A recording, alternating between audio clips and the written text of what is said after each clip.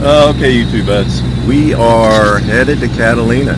Today is October the 11th. It's a Friday, 2019. We are headed out. We got our bottom clean. Last time we went, we had a dirty bottom, so at 1800 RPMs we'd get 5 knots. We are now doing 5.8 knots. Just shows you what a little bit of growth can do. Not 0.8 of a knot off your speed. Anyway, let me swing the camera in here and give you a little pan around of where we are. Evidently, whoever decided on the paint scheme for this guy, they were having a sale on pink paint, I guess. But yeah, we left our marina back there. We're headed down the main canal. Where's Dog Friday? There's Dog Friday. She's enjoying it in the shade over there. We'll give you an update as we get out towards the end of the... There's one of the tall ships. It's not a bad fish market right there.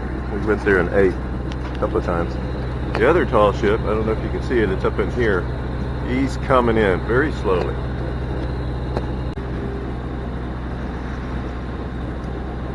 By Angel's Gate.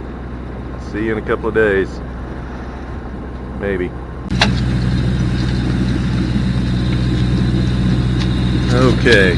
Mid-morning report. It's a little after 12 noon. We're about 2 miles from the shipping lane. A couple of cargo ships out there in the shipping lane.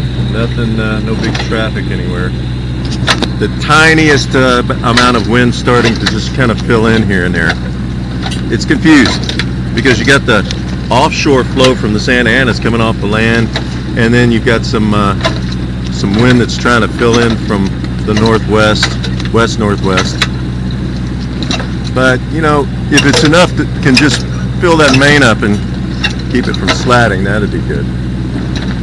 Anyway, first mate is down below. She is on her sailright machine sewing up a rub rail for the dinghy chaps. I went ahead and patched another hole in the dinghy yesterday. Got that fixed. So she's holding air now, which is very good. And we're going to reinstall the dinghy chaps. So here we are, beautiful day. Yeah, it's definitely upper 70s out here. And it's supposed to be upper 70s for the next couple of days. It's supposed to be, it's Friday, we're probably going to come back Tuesday.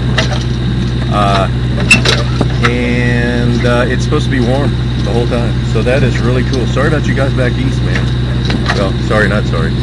Anyway, there you have it. Catalina.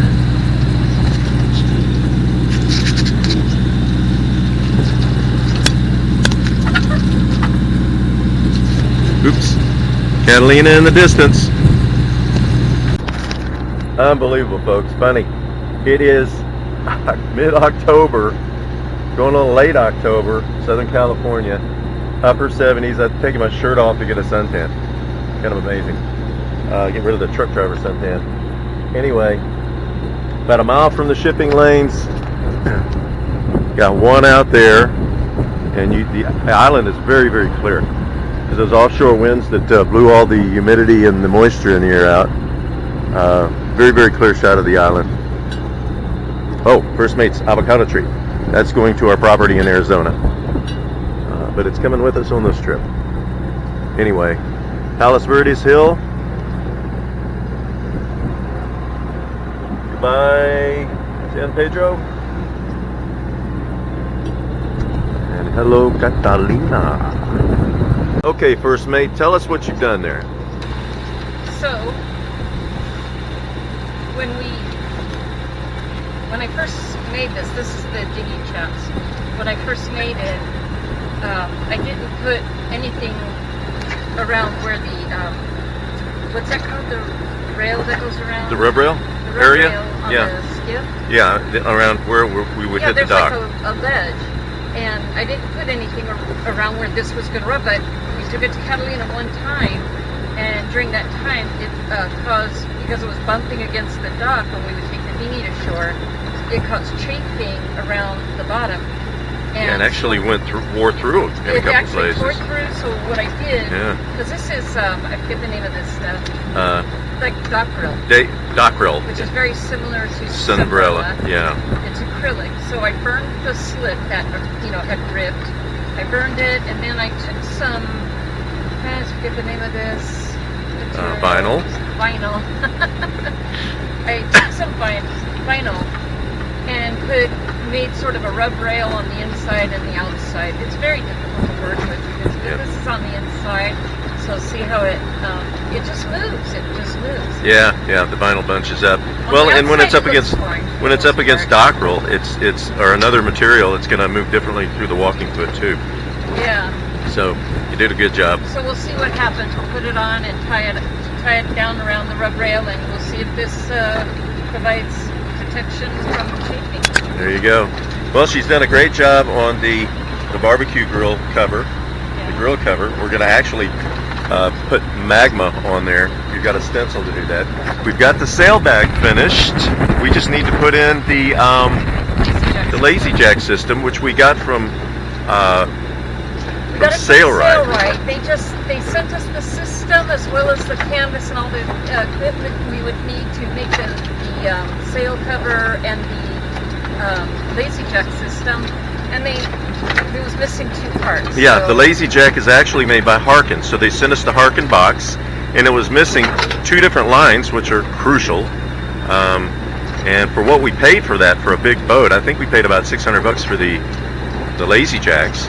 Yeah. And for what we paid for that, we got in touch with Sailrite, and they're going to just send us out a whole new Harkin system, which is very nice of them. They've been they're a great. They're not sending the whole system. They're just sending the 2 parts that were. Oh, I thought they were sending a whole box. Anyway, well, it's good that they got on it, and Sailrite's a good company.